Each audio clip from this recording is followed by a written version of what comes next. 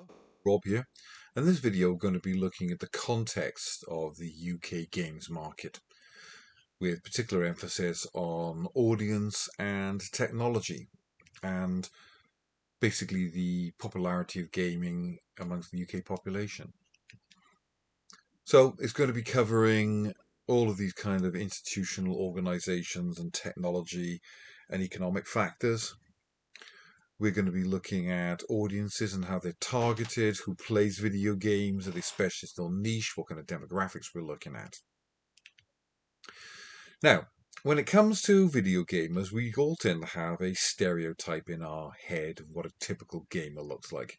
The so-called neckbeard, the kind of like unfit, overweight, reclusive, social outcast, a man maybe in his, 30s, still living in his parents' basement. Maybe he's unemployed. I mean, look at him. He's got, a wrist like support on because he's got repetitive strain injuries, chugging energy drinks and eating bad food. And his, apartment's a mess. He's living on his own because, can't get a girlfriend. This stereotype, essentially. But how much truth is there in this? A bit. There are people out there like this, but when you look at the actual demographics of who plays video games, you might be surprised. This is a few years old now. I think this is from 2019. Couldn't find an update of this. And things have changed a bit since lockdown. So, for example, this is a gamer insight about from Newzoo about the typical gamer in the UK. It says there that the total games revenue in the UK in that period was 4.2 billion US dollars. It's actually considerably more than that. It's gone up to like £5.5 billion in the last couple of years. Lockdown had a lot to do with that during COVID because people couldn't go out, so they were playing more video games. Plus, you had the release of 2 new consoles.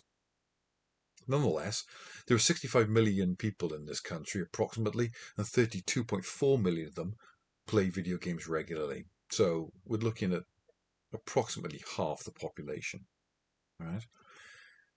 You also might be surprised about the gender and age demographics because, as you can see there, active mobile players plays more than once a month, which I'm assuming just means on their mobile device. 52% male. That means 48% female. Now, we assume that video games are mainly played by males. Clearly not the case. In fact, I've seen other reports that have flipped that and say it's 48% male and 52% female. And that girls, women, are more likely to be gamers. Also, the age demographic might be surprising here. We tend to think of video games as something that is aimed at children. Certainly was back in the days of Nintendo, for example, and the NES and the SNES and stuff back in the 80s and 90s. But as you can see, in 10 to 20-year-olds, it's only 12% of males and 10% of females. Now, this is back in 2017, as you might notice there, right? If you look at the key age group, it's going to be this one. It's the 21 to 35-year-olds, 18% male, 17% female in that age bracket. But that's only slightly more than the 36 to 50 bracket, which as you can see is 14-15%. So, people who are, digital natives who've grown up with the internet their entire life, you expect them to be gamers. But, there are people who are your parents' age, who are my age, who've been gaming since they were kids and are still gaming. Obviously, there's a massive drop off over the age of about 50 because that age demographic could have gone their entire life and never touched a computer. These are the kinds of people who, whilst they were children, teenagers, maybe into their 20s, there was no such thing as a video game. Or they were adults by then and weren't interested in it. So, surprising nonetheless that still 7% of gamers are over the age of 50. As you can see, of those active gamers, 50% of them watch video game content online, whether it be Let's Plays or walkthroughs or Twitch streams or even watching sort of like esports. So that's a huge percentage. 32% of them, so we're looking at a third there, essentially are multi-platform gamers. So they'll play on PC, they'll play on consoles, and on their mobile devices. And 35% of them own a gaming headset, which implies that they play online games against other people. So one of the key things about sort of like Henry Jenkins is this idea that media consumption plays an important part in our social life. So we tend to think of video gaming being a solitary activity, but there's a massive kind of social dimension to video gaming as well. Now, if we look at the specific audience of Assassin's Creed 3, now these figures come from 2016, right? We can see that the average gamer for Assassin's Creed 3 is male. They were between 25 and 39, and they were ABC1. Now, if we look at their monthly disposable income of 125 to 499 pounds, we're specifically looking there at more C1B.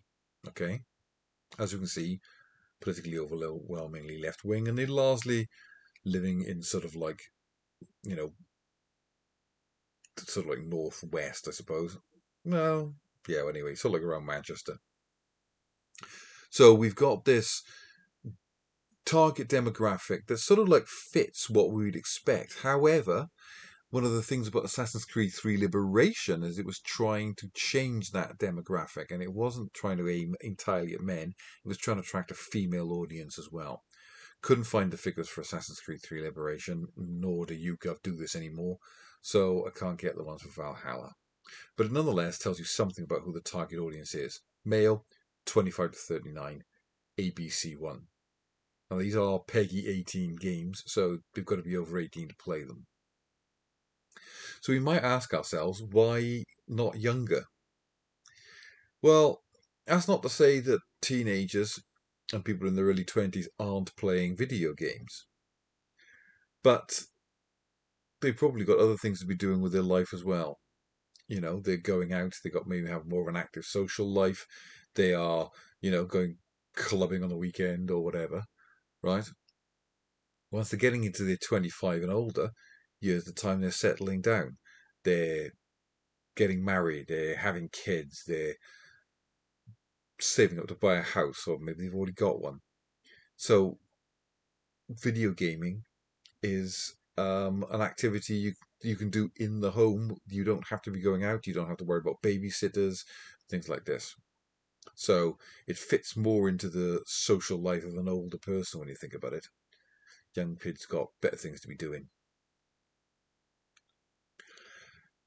Now, video games, as we know them, have been around since the 1970s. You're looking at people like Atari and games like Pong that were coming out in the 1970s. There have been primitive video games going back to the 1940s, but they weren't available to the general public. The idea that you could go to a video game arcade and play Pac-Man or Space Invaders or Asteroids or something like that was a big deal in the 1970s. And then you started to get home entertainment systems that you could plug into your TV and play video games at home. If I go back to my youth in the early 80s, I had an Atari 2600 games console where I could play Asteroids and Space Invaders and Pac-Man.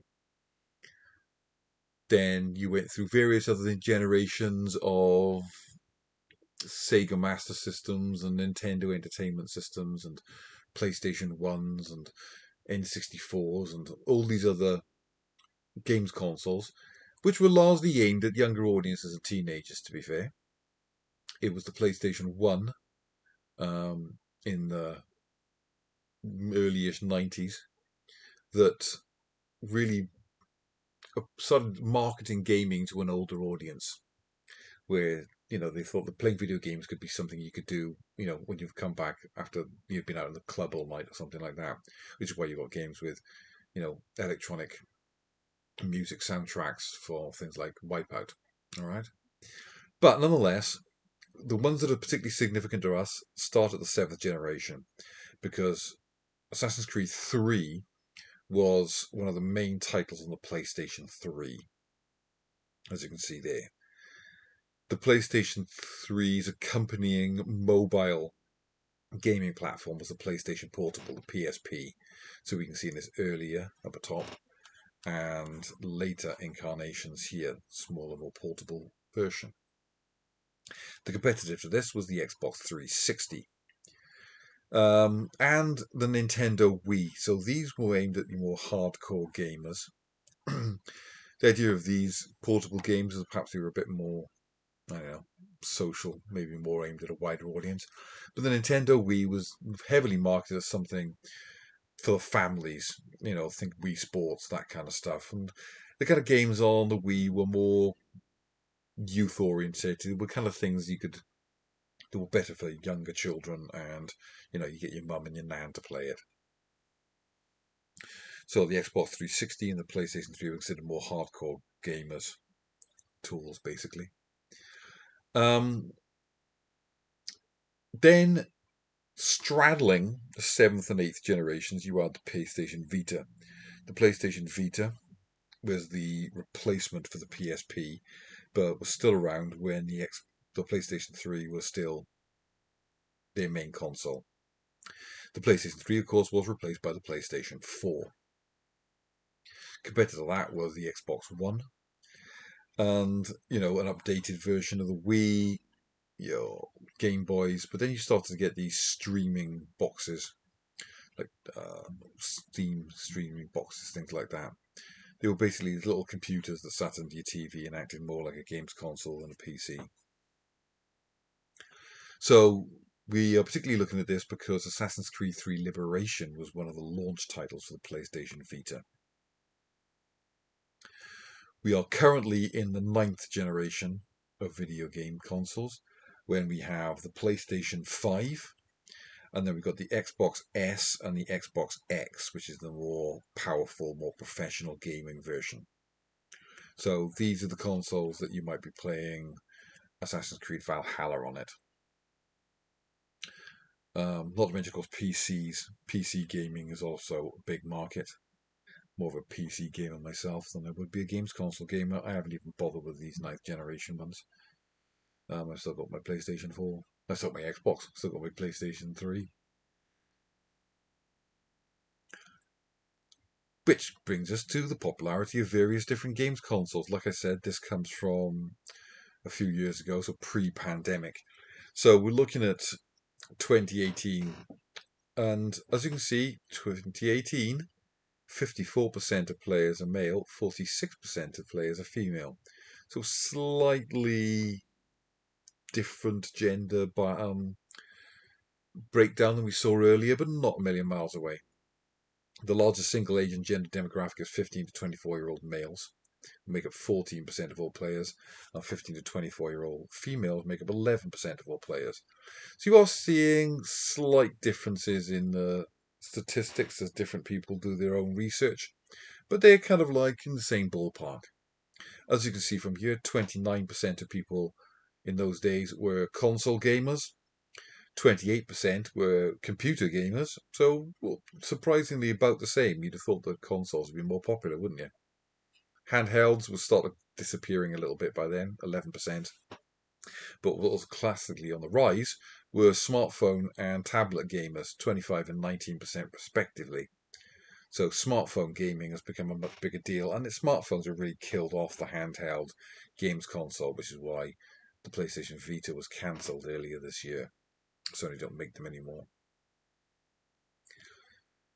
So we're talking pre-pandemic figures there. I've not been able to find more modern updates of these, so hopefully somebody will bring out some soon. Nonetheless, this is the latest details I could find on the market. As you can see, the UK is currently the 5th largest video games market in the world, after China, Japan, United States, South Korea. Germany is about the same as us as well. They were above us, but we snuck above them. As you can see, the entire worldwide market for video games is 175.8 billion. So that's nearly 176 billion with a B, US dollars. That is a humongous market. The UK gaming industry is worth 5.89 billion. So not far off £6 billion sterling. That's a huge industry. As you can see here, this says that 44.32 million people play video games in the UK out of a population of, as I said, about 65 million. So these are 2021 figures. Earlier on, we were looking at 2018 figures, and we can see a massive increase in that time period.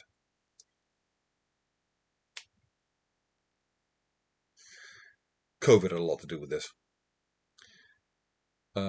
During COVID, according to Dorian Block, the senior client director at GfK, the 2020 big winner by format was the Nintendo Switch. During the initial COVID lockdown period, we saw massive sales growth from Switch software, up 215% over the equivalent 13 weeks of 2019. 215%. Xbox Ones and PS4s also enjoyed uplifts, of course.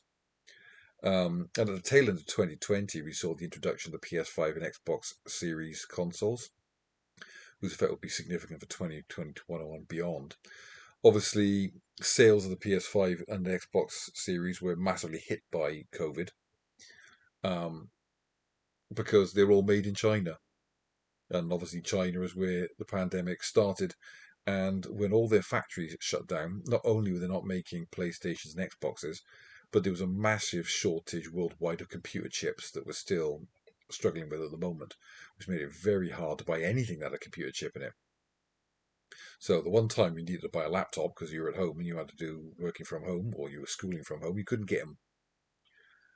But look at the massive increase between 2019 and 2020. So games hardware, so we're talking for the consoles here, or PCs, 2.26 billion quid in 2020. There was a 74.8% increase in revenue from the previous year in terms of console hardware, so buying consoles, up to £853 million. PC gaming hardware, again, a 69.7% increase of 823 million. Accessories to go with it, up by 36% to 453 million. Virtual reality, new entry into this, up by 29% to 129 million, but it's still a fairly small market.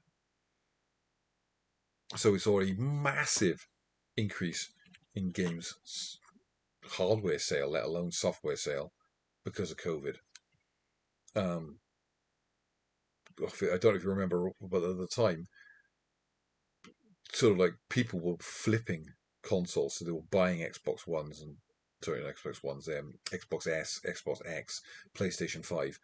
If you got older one, you could sell it for many times what you paid for it, especially as it came up to Christmas. And parents were desperate to get these consoles for the kids and were paying 3 or 4 times over the odds for what they were worth. It was ridiculous because there was a massive demand and really, really bad supply because of COVID.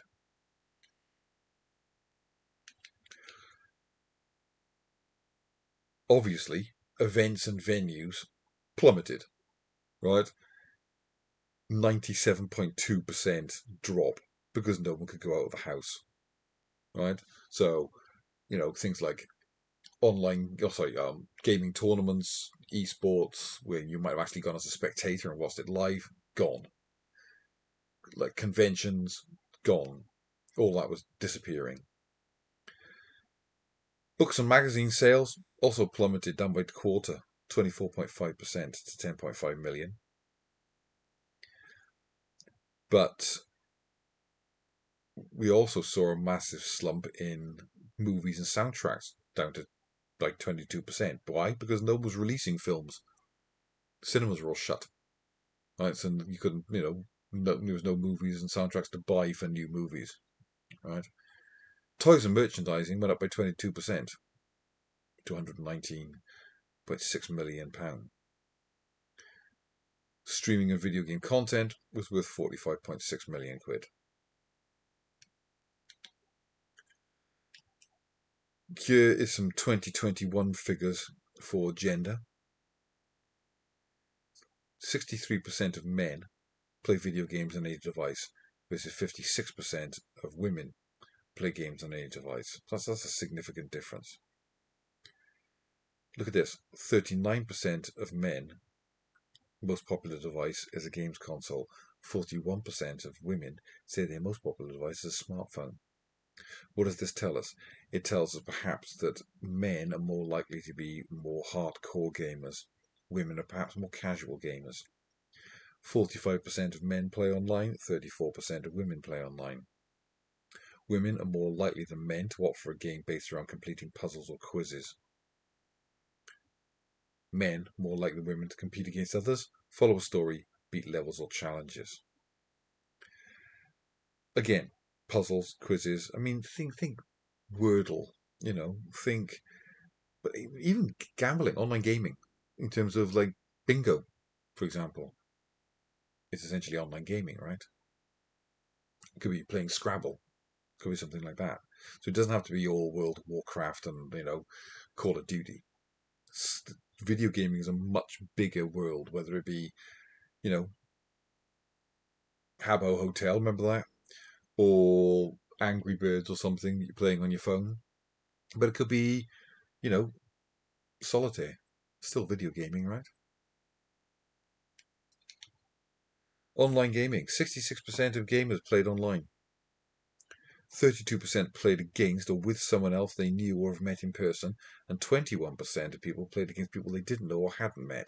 So what this does is it makes a lie of that old stereotype that gaming is a solitary activity. Right? There is a very strong social element to gaming, and there always has been. Whether you're playing split screen on the same TV or whether you're playing on a local area network in your local internet cafe, or whether you're you know in some massively multiplayer online role playing game in some dungeon somewhere. There is, or as I said, whether you're playing poker online or something like that, the social element of it is a big deal and always has been. Just some wider sort of like technological information about what kinds of technologies people have access to. We're now living in a world where 85% of people have a smartphone. 74% of people have some kind of computer, whether that be a desktop tower computer, whether it be a netbook or a laptop or any of those kind of like portable computers. 51% have a tablet. Don't say anything about phablets, which are bigger than smartphones, more than a tablet. I assume they get lumped in with smartphones. 41% of people have a smart TV, but what that doesn't take into account is people who have devices that turn your dumb TV smart. So things like Fire Sticks, Google Chrome, Apple TV boxes, Roku sticks, that kind of stuff, right? 21% of people have a games console. Surprisingly low. I'd have thought that was higher. Be interesting to know as well how many people have multiple games consoles. I mean, older generation consoles are still popular. I mean, people out there will still play their old Xbox 360. I still play my old Xbox 360 games, right? I suppose if you haven't got the kind of money necessary to buy a newer console, they're still going to be in people's homes. 20% of people have smart speakers. That is a massively rising market, basically. So we're talking about your Amazon Alexas, we're talking about your Echo Dots or whatever these kind of things, right? And then wearables, so think smartwatches or like Fitbits, stuff like that, 12%. Surprisingly low, I thought that was higher, right? But nonetheless, that might be to do with age demographics, because, in college we see a lot of people wearing them. Maybe that's because they're younger. Don't know. I suspect that smart speakers have gone up a lot since then, as they get cheaper. I got 5 of the things. This gives you some idea, though, about age and social class. So, this is people over the age of 16. 74% of people over the age of 16 who use the internet have got a computer. 85% have got a smartphone. So for a lot of people, the smartphone is going to be the primary way to go to access the internet. As you can see, younger people are more likely to have smartphones. Surprisingly enough, older people are more likely to have tablets, maybe because they're bigger. Older people are more likely to use a desktop computer as their principal way to access the internet. Possibly because that's what they're more used to. Again, smart TVs go down the older you get. I mean, only 1% of people over the age of 65 got a games console. I'm surprised it's that high. As you notice there, it's between 16 and... I say there's not a massive difference between 35-year-olds, sorry, 25 to 34-year-olds and 35 to 44-year-olds. It's only 4% difference. But it's the 16 to 24 to the main console gaming audience. So that's an important point when we're talking about the games consoles we're looking at. Because Assassin's Creed is mainly a console title, especially if you're linking that to the PlayStation 3 and the Vita. Although it did get ported to PC later. And that's where I played Assassin's Creed 3. That's where I played Assassin's Creed Valhalla. I'm more of a PC gamer personally, but that's because I'm older. I'm 48. Maybe younger people are more likely to have a PlayStation or an Xbox.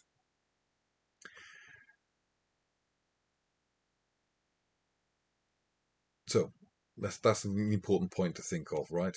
Maybe older people are going to be playing. So let's say you're 35 to 44-year-olds, or you're 45 to 54-year-olds, which is my demographic. 78% of that demographic are more likely to use a PC to access the internet. Younger people, sort of like your 16 to 24-year-olds, are more likely to use a smartphone, but they are much more likely to want a games console. So 43% of people in that age demographic have a games console. That's probably where they're going to be playing Assassin's Creed. Whereas older people who are playing it are probably going to be doing it on a PC. Equally, if we look at the kind of like ABC1 demographic, we said that ABC1s are the target audience for Assassin's Creed. And 83% of people who've got a computer are AB. 81% are C1. It drops considerably as you get younger, but still even DEs, 58% of them are gone. Games consoles, much more level. DEs, because games consoles are very expensive, are less likely to have them. But it's, it's still averaging about a quarter, it's a little bit less than a quarter, 22, 23% for ABC1, C2 as well.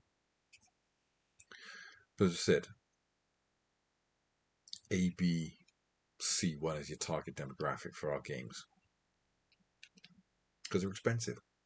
So that gives you some facts, figures, statistics to back up your argument about who the target audience is and what kinds of consoles or PCs or whatever it is they're using to play the games. It also gives you some idea of that the video game market in the UK is colossal and worth an enormous amount of money. Right. Any questions? You know where I am. See you in the next one.